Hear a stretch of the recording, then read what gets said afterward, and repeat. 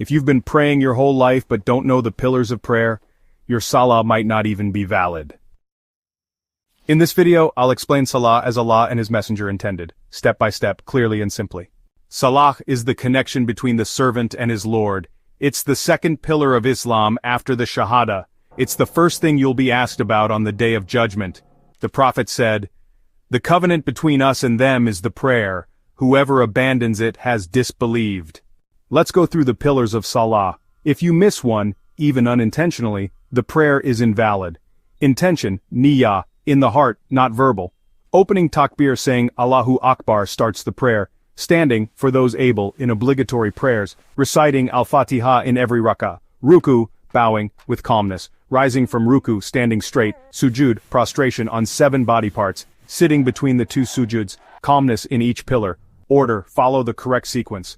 Final tashahhud, sitting for the final tashahhud. Sending blessings upon the Prophet. Tasleem, saying, Assalamu alaikum wa rahmatullah. Without these, the prayer is invalid, even if performed with full focus. Now the obligatory acts, wājibāt, of salah. If missed unintentionally, they can be fixed by sujud as-sah, prostration of forgetfulness. All takbirs except the opening one, saying, Sami'a Allahu liman hamida, for imam and alone. Saying, Rabbana lakal hamd, Subhana Rabbiyal Azim in ruku, Subhana Rabbiyal Allah in sujud, Rabbikfir li between the 2 prostrations, first tashahhud, sitting for the first tashahhud. Now the sunnah acts of salah. If missed, there's no penalty. But they beautify the prayer. Dua al-istiftah, opening supplication. Raising hands during takbirs, placing right hand over left. Looking at the place of sujud. Reciting a surah after al-Fatiha.